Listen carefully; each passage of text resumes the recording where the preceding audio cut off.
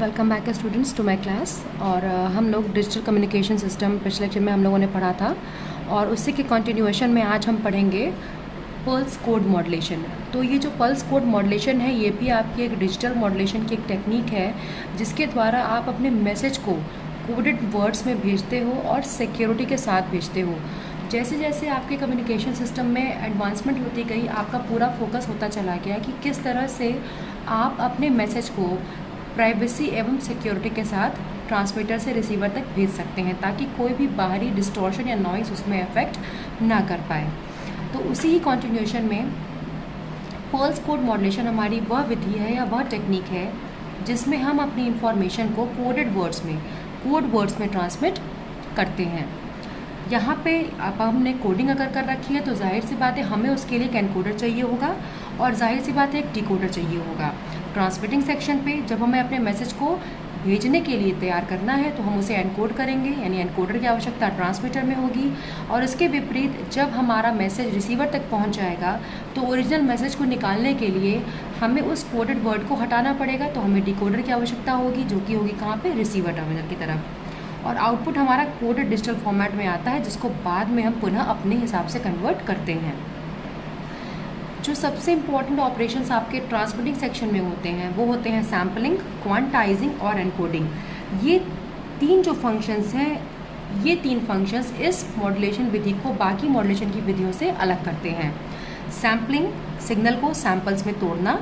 क्वांटाइजिंग, उन सैम्पल्स को एक पर्टिकुलर एम्पलीट्यूड दे देना और उस एम्पलीट्यूड के निर्धारण के पश्चात उनको कोड कर देना। ठीक है, ये तीनों ऑपरेशंस होते हैं हम परफॉर्म करते हैं एडीए में, एडीसी में, एनालॉग टू डिजिटल कन्वर्टर। ठीक है, इसके तीन मेन पार्ट्स होते हैं, ट्रांसमीटर, ट्रांसमिशन पाथ और रिसीवर। जो आपका पल्स कोड मॉड्यूलेशन है उसमें तीन बेसिक सेक्शंस होते हैं, एक आपका ट्रांसमीटर सेक्शन, दूसरा आपका रिसीवर सेक्शन और तीसरा आपका ट्रांसमिशन पाथ। तो ट्रांसमिशन पाथ जो होता है वह ट्रांसमीटर और रिसीवर को आपस में जोड़े रखता है। चलिए, तो जैसा कि मैंने बताया सैम्पलिंग, क्वांटाइजिंग और एनकोडिंग ही वह प्रक्रियाएं हैं जो इस पल्स कोड मॉड्यूलेशन को बाकी विधियों से अलग बनाती हैं। तो हम स्टार्ट करते हैं सैम्पलिंग से। तो सैम्पलिंग हमारी वह प्रक्रिया है जिसमें हम अपने एनालॉग सिग्नल्स को, एनालॉग सिग्नल्स का मतलब होता है कि आपका वह सिग्नल जो कि कॉन्टीन्यूसली टाइम के सापेक्ष एक वैल्यू आपको प्रोवाइड करता रहता है। ठीक है, उस एनालॉग सिग्नल्स को डिस्क्रीट लेवल्स में तोड़ देना, यूं। ठीक है, तो सैम्पलिंग हमारी वह प्रक्रिया है जिसमें हम अपने उस एनालॉग यानी कॉन्टिन्यूस टाइम सिग्नल को, जिसकी टाइम के सापेक्ष एक वैल्यू हमेशा से मौजूद है, उसे क्या करता है, सैम्पल्स में या डिस्क्रीट लेवल्स में तोड़ देता है। ठीक है, किसके अकॉर्डिंग तोड़ता है, एक सैम्पलिंग थ्योरम के अकॉर्डिंग। हम एक थ्योरम लेके चलते हैं जिसे हम कहते हैं सैम्पलिंग थ्योरम, जिस थ्योरम के अकॉर्डिंग हम अपने सिग्नल्स को सैम्पल करते हैं। ठीक है, सैम्पलिंग थ्योरम कहता है कि किसी भी हम कॉन्टिन्यूस टाइम सिग्नल को, जिसकी टाइम की हर एक इंस्टेंट पे वैल्यू आपको पता हो, ठीक है, उस सिग्नल को सैम्पल्स में हम तोड़ सकते हैं। ठीक है, और पुनः इसी सैंपल से हम अपने ओरिजिनल सिग्नल को भी प्राप्त कर सकते हैं। ठीक है, सैम्पलिंग थ्योरम कहता है कि आप किसी भी कॉन्टिन्यूस टाइम सिग्नल को उसके सैंपल्स में आसानी से तोड़ सकते हैं और पुनः उन सैंपल्स के माध्यम से अपने ओरिजिनल सिग्नल को प्राप्त कर सकते हैं। कब, जब आपकी जो सैम्पलिंग फ्रीक्वेंसी है यानी FS, it is your sampling frequency, यह फ्रीक्वेंसी जो आपके सिग्नल में मैक्सिमम फ्रीक्वेंसी प्रेजेंट है उसके दुगने से अधिक हो या बराबर की हो। ठीक है, इस कोटेशन को ध्यान में रखते हुए जब हम सैम्पलिंग की प्रक्रिया करते हैं तो हम कॉन्टिन्यूस सिग्नल को डिस्क्रीट में तोड़ भी सकते हैं, सैंपल्स में तोड़ भी सकते हैं और पुनः उन सैंपल्स के द्वारा हम अपने कॉन्टिन्यूस टाइम सिग्नल को प्राप्त भी कर सकते हैं। ठीक है, तो सैम्पलिंग क्या है, सैम्पलिंग आपकी वह प्रक्रिया है जिसमें हम अपने कॉन्टिन्यूस टाइम सिग्नल को क्या करते हैं, डिस्क्रीट सिग्नल में तोड़ देते हैं। ठीक, सैम्पलिंग थ्योरम के अकॉर्डिंग हम इसको इस प्रक्रिया को परफॉर्म करते हैं। सैम्पलिंग थ्योरम ये कहता है कि आप किसी भी कॉन्टिन्यूस टाइम सिग्नल को, जिसकी टाइम के हर एक इंस्टेंट पर कोई ना कोई वैल्यू होती है, उसे डिस्क्रीट लेवल्स में तोड़ सकते हैं, सैम्पल्स में तोड़ सकते हैं, और पुनः उन्हीं सैम्पल्स के माध्यम से हम अपने ओरिजिनल सिग्नल को प्राप्त भी कर सकते हैं। कब? जब हम अपनी सैम्पलिंग फ्रीक्वेंसी को यानी fs को, जो हमारे सिग्नल की मैक्सिमम फ्रीक्वेंसी होगी, उसके ट्वाइस से अधिक या बराबर रखते हैं। यानी fs should be greater than और इक्वल टू 2fm, जहाँ पे fs क्या है आपकी सैम्पलिंग फ्रीक्वेंसी, fm क्या है आपकी जो मैक्सिमम फ्रीक्वेंसी आपके सिग्नल में प्रेजेंट है। ठीक है। अब अगर ये सैम्पलिंग फ्रीक्वेंसी इक्वल हो जाती है किसके? 2fm के, तो इसे हम क्या कह देते हैं? Nyquist criteria. ये आप आगे पढ़ेंगे। चलिए पहले ये देख लेते हैं। ये देखिए आपका है कॉन्टिन्यूस टाइम सिग्नल, जो कि टाइम के हर एक इंस्टेंट पे आपको एक वैल्यू यहाँ पे देता है। यहाँ पे भी वैल्यू मिलेगी, यहाँ पे भी वैल्यू मिलेगी। आपको जब भी आपको वैल्यू कहीं भी चाहिए तो आपको वैल्यू प्राप्त होती रहेगी। अब हमें इस सिग्नल को अगर हमें सैम्पलिंग करनी है, डिस्क्रीट लेवल में तोड़ना है, तो हम क्या करेंगे? एक इम्पल्स ट्रेन को सैम्पल फंक्शन की तरह लेंगे, डेल्टा ts, ये देखिए, और इन दोनों को xt और डेल्टा ts को एक मल्टीप्लायर में डाल देंगे, और जो हमें आउटपुट प्राप्त होगा वो क्या होगा? हमारा सैम्पल्ड सिग्नल होगा। ठीक है। ये देखिए gt will be your sampled signal. यानी आपने क्या किया कि एक कॉन्टिन्यूस टाइम सिग्नल xt को लिया और एक डेल्टा ts की इम्पल्स ट्रेन को लिया, दोनों को मल्टीप्लायर में डाला, तो जो आपका आउटपुट मिला उसे हमने कह दिया सैम्पल्ड सिग्नल। अब ये सिग्नल इसी सैम्पल्ड या फिर पल्स ट्रेन के अकॉर्डिंग अपनी वैल्यू प्रोवाइड करेगा। ठीक है। जब सैम्पलिंग रेट एग्जैक्टली 2fm के इक्वल हो जाए तो उसे हम कहते हैं न्यूक्विस्ट रेट। ये मैंने आपको बताया कि जनरली आप जब भी सैम्पलिंग परफॉर्म करते हो तो आप ये देखते हो कि जो सैम्पलिंग फ्रीक्वेंसी है, जिस फ्रीक्वेंसी पे आप कॉन्टिन्यूस टाइम सिग्नल को डिस्क्रीट में बदल रहे हो, वो हमेशा ज़्यादा होती है या इक्वल होती है maximum frequency of the signal में जो मैक्सिमम फ्रीक्वेंसी कंपोनेंट प्रेजेंट हो उसके ट्वाइस से। अगर ये इक्वल इसके हो जाए तो इसे हम कहते हैं मिनिमम सैम्पलिंग रेट या तो न्यूक्विस्ट रेट। ठीक है। अब सैम्पलिंग इंटरवल क्या होगा? तो ts बराबर आपको पता है 1/2fm, क्योंकि आपको पता है कि f इक्वल्स टू 1/t। ठीक है। टाइम की जब भी आप बात करोगे तो फ्रीक्वेंसी के जस्ट इनवर्सली प्रोपोर्शन होता है। तो अगर आप न्यूक्विस्ट इंटरवल की बात करोगे तो ts बराबर 1/2fm होता है। ठीक है। तो सैम्पलिंग क्या हुई आपकी? जब भी हम किसी कॉन्टिन्यूस टाइम सिग्नल को डिस्क्रीट टाइम सिग्नल में परिवर्तित करते हैं तो उसे हम कहते हैं सैम्पलिंग। इस सैम्पलिंग की प्रक्रिया को करने के लिए हम एक थ्योरम का इस्तेमाल करते हैं जिसका नाम है सैम्पलिंग थ्योरम। सैम्पलिंग थ्योरम हमें ये बताता है कि हम किसी भी कॉन्टिन्यूस टाइम सिग्नल को डिस्क्रीट टाइम सिग्नल में बदल सकते हैं और उन सैम्पल्स के माध्यम से हम पुनः ओरिजिनल सिग्नल को प्राप्त कर सकते हैं। कंडीशन एक होनी चाहिए कि जो आपकी सैम्पलिंग फ्रीक्वेंसी है वो ग्रेटर देन और इक्वल टू होनी चाहिए 2fm के, जहां fm क्या है? Maximum frequency present in the continuous time signal. ठीक है। जब आपकी यही सैम्पलिंग रेट एग्जैक्टली 2fm के इक्वल हो जाती है तो उसे हम कहते हैं मिनिमम सैम्पलिंग रेट या तो न्यूक्विस्ट रेट। और चूंकि fs बराबर 2fm है तो सैम्पलिंग इंटरवल क्या हो जाएगा? 1/2fm। ठीक है। ts बराबर 1/2fm। ठीक है। अब आती है क्वांटाइजेशन की बारी। ये सारी चीज़ें जो हम पढ़ रहे हैं ये है ट्रांसमिटिंग सेक्शन की चीज़ें, क्योंकि हमें अपने मैसेज को कोडेड करना है तो हमें जाहिर सी बात है कि एनालॉग को डिजिटल में परिवर्तन करना पड़ेगा। क्वांटाइजेशन क्या होता है? अब हमने जब अपने कॉन्टिन्यूस टाइम सिग्नल को डिस्क्रीट लेवल्स में तोड़ दिया, यानी कि हमने अपने इस सिग्नल को क्या किया? एक डिस्क्रीट लेवल में तोड़ दिया। अब इन डिस्क्रीट लेवल्स को एक निर्धारित एम्पलीट्यूड प्रोवाइड करने की प्रक्रिया, उसे हम कहते हैं क्वांटाइजेशन। ठीक है। जब भी हम अपने सैम्पल्ड सिग्नल की एम्पलीट्यूड लेवल्स का निर्धारण करते हैं तो उसे हम कहते हैं क्वांटाइजेशन। ठीक है। Total amplitude range which the signal में occupy is divided into a number of standard levels. ये हमारा था क्या? xt यानी कॉन्टिन्यूस टाइम सिग्नल, और ये है हमारा सैम्पल्ड सिग्नल, ठीक है। अब जब हम इन सैम्पल्ड सिग्नल को स्टैंडर्ड एम्पलीट्यूड या लेवल प्रोवाइड कर देंगे या एम्पलीट्यूड रेंज डिवाइड कर देंगे इनकी, तो उसे हम कहेंगे क्वांटाइजेशन, ठीक है।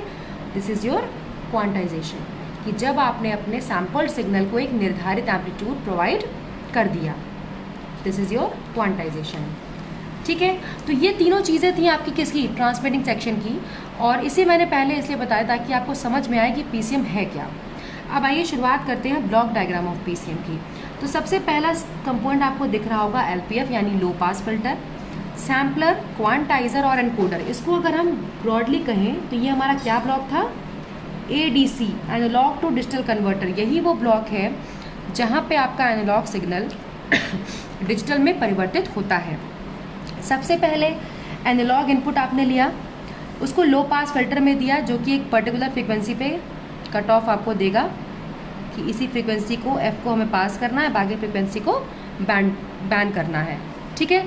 तो इसने वो निर्धारित फ्रीक्वेंसी एफ को पास किया, फिर सैम्पलर में गया जहाँ पे उसकी सैम्पलिंग हुई, क्वांटाइजर में गया जहाँ पे उसकी एम्पलीट्यूड लेवल्स का निर्धारण किया गया और फिर उसकी कोडिंग कर दी गई। और फिर आपने उस पीसीएम सिग्नल को, अब आपके पास जो सिग्नल मिला वो क्या मिला, PCM signal, pulse code modulation. हमने पल्स को कोडेड में करके उसका मॉड्यूलेशन कर दिया। इस सिग्नल को हमने ट्रांसमिशन पाथ पे भेजना शुरू किया, this is your transmission path. अब डिफरेंस क्या होता है कि हम क्या करते हैं, पीसीएम में रीजेनरेटिव रिपीटर्स लगाते हैं, ठीक है। ये रीजेनरेटिव रिपीटर्स क्या करते हैं, कुछ कुछ दूरी पे लगे होते हैं और सिग्नल्स को रिसीव कर करके उनके अंदर की नॉइस और डिस्टॉर्शन को कम करते हैं, ठीक है। तो डिस्टॉर्टेड, अब देखिए सिग्नल हमारा आया, चैनल के थ्रू ट्रेवल हो रहा है, भाई ट्रेवल होगा तो नॉइस तो चैनल में ऐड होती ही होती है, तो हमारा सिग्नल डिस्टॉर्ट हो सकता है। तो फिर हमने रीजेनरेटिव रिपीटर लगा दिया, यहाँ पे हमको मिल गया क्लीन पीसीएम। फिर कुछ दूरी पे सिग्नल चला, फिर पीसीएम प्लस नॉइस आ गई, फिर हमने रीजेनरेटिव रिपीटर लगा दिया तो हमें रीजेनरेटेड पीसीएम सिग्नल मिल गया, यानी यहाँ पे हमें क्या मिला, क्लीन पीसीएम। फिर अब ये सिग्नल जब आपके रिसीवर सेक्शन पे जाता है तो सबसे पहले हम लगाते हैं रीजनरेशन सर्किट, ताकि जो फाइनल आपका सिग्नल आपके पास मिला है उसमें कोई भी डिस्टॉर्शन ना हो। ये सिग्नल आपको पुनः क्लीन पीसीएम प्रोवाइड करेगा। फिर उसकी डिकोडिंग की जाएगी, जो उसमें हमने कोडिंग लगाई है उसको हम रिमूव कर देंगे, क्योंकि हमारा काम था रिसीवर तक कोडेड सिग्नल पहुंचाना, जो कि हमने कर दिया। फिर रिकंस्ट्रक्शन फिल्टर में हम क्या करते हैं, इस सेक्शन में हम क्या करेंगे, पूरा डिकोडिंग कर देंगे उसकी, ठीक है, और उसका कन्वर्जन कर देंगे। रिकंस्ट्रक्शन फिल्टर में पुनः उसे रिकंस्ट्रक्ट किया जाता है ताकि जो भी आपकी नॉइस की प्रॉबिलिटी है वो ख़त्म हो जाए और डेस्टिनेशन पे आपको अपना आउटपुट यानी एनालॉग सिग्नल प्राप्त हो जाता है, ठीक है। ट्रांसमीटर क्या है आपका, वह सेक्शन जहाँ पे आप सैम्पलिंग, क्वांटाइजिंग और एनकोडिंग करते हो, और उस पूरे ब्लॉक को हम कह देते हैं analogue to digital converter. Receiver हमारा वह ब्लॉक है जहाँ पे हम सिग्नल्स का रीजनरेशन करते हैं, जाके हमारे जो सिग्नल्स हमारी जिनकी क्वालिटी ख़राब हो गई हो, इम्पेयर्ड हो गई हो, उनको रीजनरेट करते हैं, डिकोडिंग करते हैं, डीमॉड्यूलेशन करते हैं, ठीक है, ताकि हमें अपना ओरिजिनल सिग्नल प्राप्त हो जाए। रिसीवर में जो हम ये प्रक्रियाएं करते हैं आपका, उसे हम कह देते हैं डिजिटल टू एनालॉग कन्वर्टर, क्योंकि हमने ऊपर ट्रांसमिटिंग सेक्शन में एनालॉग से सिग्नल को डिजिटल में परिवर्तित किया था ताकि हम सेफली और सिक्योरिटी के साथ अपने सिग्नल को भेजें। परंतु अब हमारा सिग्नल रिसीवर पे रिसीव हो चुका है, तो हमें अपना वही एनालॉग सिग्नल चाहिए जो हमने भेजा है ओरिजिनल फॉर्म में। तो इसीलिए पुनः हम डीएसी का इस्तेमाल करते हैं, digital to analogue conversion.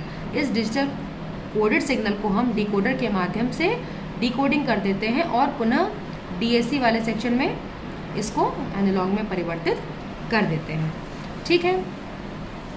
Regenerated repeater होता है आपके सिग्नल को रिकंस्ट्रक्ट करने के लिए कि जो भी आपके सिग्नल्स में नॉइस या डिस्टॉर्शन ऐड होती गई हैं उनको हटाते चले। ये पीसीएम प्लस नॉइस है देखिए सिग्नल को आपको डिस्टॉर्ट कर रहा है, तो फिर आपने रीजनरेटेड रिपीटर लगाया, क्लीन पीसीएम मिल गई। फिर चला, फिर नॉइस ऐड हुई, फिर आपको क्लीन पीसीएम मिल गई, ठीक है। तो ट्रांसमीटर और रिसीवर के मध्य में वह पाथ जहाँ पे सिग्नल आपका ट्रेवल करता है उसे कहते हैं ट्रांसमिशन पाथ, और इसी ट्रांसमिशन पाथ पे आपके क्या लगे होते हैं, रीजेनरेटिव रिपीटर्स। जो कि सिग्नल को रिसीव कर करके चलते हैं और डिस्टॉर्शन और नॉइज़ की इफेक्ट को कम करते हैं। ठीक है, एडवांटेजेस क्या हैं आपके पीसीएम के? जैसा कि आपको दिख रहा होगा कि हमने अपने ट्रांसमिशन पाथ में रीजनरेशन सर्किट्स लगा रखी हैं, तो नॉइज़ से हमारा सिग्नल इम्यून रहता है बहुत हद तक। रिपीटर्स हम इजीली यूज़ कर सकते हैं, क्यों? क्योंकि हमारा नेचर जो सिग्नल का है वो डिजिटल हो चुका होता है, तो हमें कोई प्रॉब्लम नहीं होती। बहुत सारी कोडिंग टेक्निक्स हम इस्तेमाल करके अपने मैसेज को हाई सिक्योरिटी प्रोवाइड कर सकते हैं। डिसएडवांटेज क्या होती है? देखिए, आपने सैम्पलिंग की, आपने क्वांटाइजिंग की, तो आपकी सर्किट क्या हुई, अ लिटिल बिट कॉम्प्लेक्स हो जाती है, क्योंकि आपको इतने सारे ऑपरेशंस परफॉर्म करने पड़ते हैं अपने सिग्नल को सिक्योर रखने के लिए। चूँकि इतनी सारी प्रक्रियाएं करनी होती हैं, सिग्नल को हमें डिजिटल में कन्वर्ट करना होता है, तो इसीलिए लार्ज बैंडविड्थ की इसमें हमें आवश्यकता पड़ती है। ठीक है, तो फटाफट मैं आपको जिस्ट बता देती हूँ। पीसीएम आपका क्या है? Pulse code modulation. ये एक ऐसी प्रक्रिया है या एक ऐसा प्रोसेस है कम्युनिकेशन का जिसमें हम अपने सिग्नल को कोडेड फॉर्म में ट्रांसमीटर से रिसीवर तक भेजते हैं। ट्रांसमीटर सेक्शन में जो मेन इनके काम होते हैं वो होता है सैम्पलिंग करना, क्वांटाइजिंग करना और एनकोडिंग करना। सैम्पलिंग, क्वांटाइजिंग और एनकोडिंग को हम एक ही ब्लॉक में रख सकते हैं, जिसको हम कहते हैं एनालॉग टू डिजिटल कन्वर्टर, क्योंकि इसमें हम अपने इनपुट सिग्नल यानी एनालॉग सिग्नल को डिजिटल सिग्नल में कन्वर्ट करते हैं। तो सैम्पलिंग में क्या करते हैं? सबसे पहले सैम्पलिंग का मतलब होता है कि सिग्नल को यानी कॉन्टीन्यूस टाइम सिग्नल को डिस्क्रीट सिग्नल में कन्वर्ट करना, यानी अगर आपका कुछ इस तरह का सिग्नल है तो इसको यूँ इस सिग्नल में कन्वर्ट करना। क्वांटाइजिंग में उसी सिग्नल्स को हम एक निर्धारित एम्पलीट्यूड लेवल प्रोवाइड कर देते हैं, यानी पूरे सिग्नल की जो आपकी रेंज है उसको विभिन्न एम्पलीट्यूड में डिवाइड कर देते हैं ताकि कोडिंग हमारे लिए आसान हो जाए। फिर एनकोडर में उसकी कोडिंग कर देते हैं। रिसीवर सेक्शन में जो आपका मेन काम होता है वो होता है डिजिटल से अब सिग्नल को एनालॉग में परिवर्तित करना, क्योंकि आपका सिग्नल रिसीवर पर पहुंच चुका है और अब आपको अपना ओरिजिनल सिग्नल चाहिए, तो आप डिकोडिंग करते हो, डीमॉड्यूलेशन करते हो और अपने ओरिजिनल सिग्नल को प्राप्त करते हो। अब पल्स कोड मॉड्यूलेशन में हम ट्रांसमिशन और रिसेप्शन के मध्य में रीजनरेटिव रिपीटर्स लगाते हैं। रीजनरेट करना मतलब दोबारा से उसको जनरेट करना। तो आपकी जो चैनल में नॉइस ऐड हो जाती है सिग्नल्स में, उनके इफेक्ट को हटाना और क्लीन पीसीएम हमें प्रोवाइड करना, ये काम होता है रीजनरेटिव रिपीटर्स का। तो ये रीजनरेटिव रिपीटर्स आपके ट्रांसमिशन पाथ पे यानी रिसीवर और ट्रांसमीटर और रिसीवर के मध्य में जो पाथ है वहाँ पे हम इंस्टॉल करते हैं और ये सिग्नल्स को रिसीव कर करके क्लीन करते रहते हैं, नॉइज़ के इफेक्ट को ख़त्म करते रहते हैं। ठीक है, तो इन्हीं प्रक्रियाओं के द्वारा आपका ये जो पल्स कोड मॉड्यूलेशन टेक्निक है बाकी विधियों से अलग होती है, चूँकि हमने पूरी तरह से मैसेज को सिक्योर किया हुआ है, रीजनरेटिव रिपीटर्स भी लगा रखे हैं, तो हमारी नॉइस इम्यूनिटी बहुत ही अच्छी होती है। ठीक है, परंतु चूँकि हमने बहुत सारे इसमें मेथड्स यूज़ किए हैं ताकि हमारा सिग्नल सिक्योर रह पाए, इसीलिए इसमें क्या होता है कि हमारी सर्किटरी बहुत ही कॉम्प्लेक्स हो जाती है और साथ ही साथ बैंडविड्थ की आवश्यकता बहुत ही बढ़ जाती है। तो आई होप सो स्टूडेंट्स आपको पीसीएम समझ में आया होगा। आप डेफिनेटली कोई क्वेरी हो तो मुझे पूछिए। तब तक के लिए थैंक यू।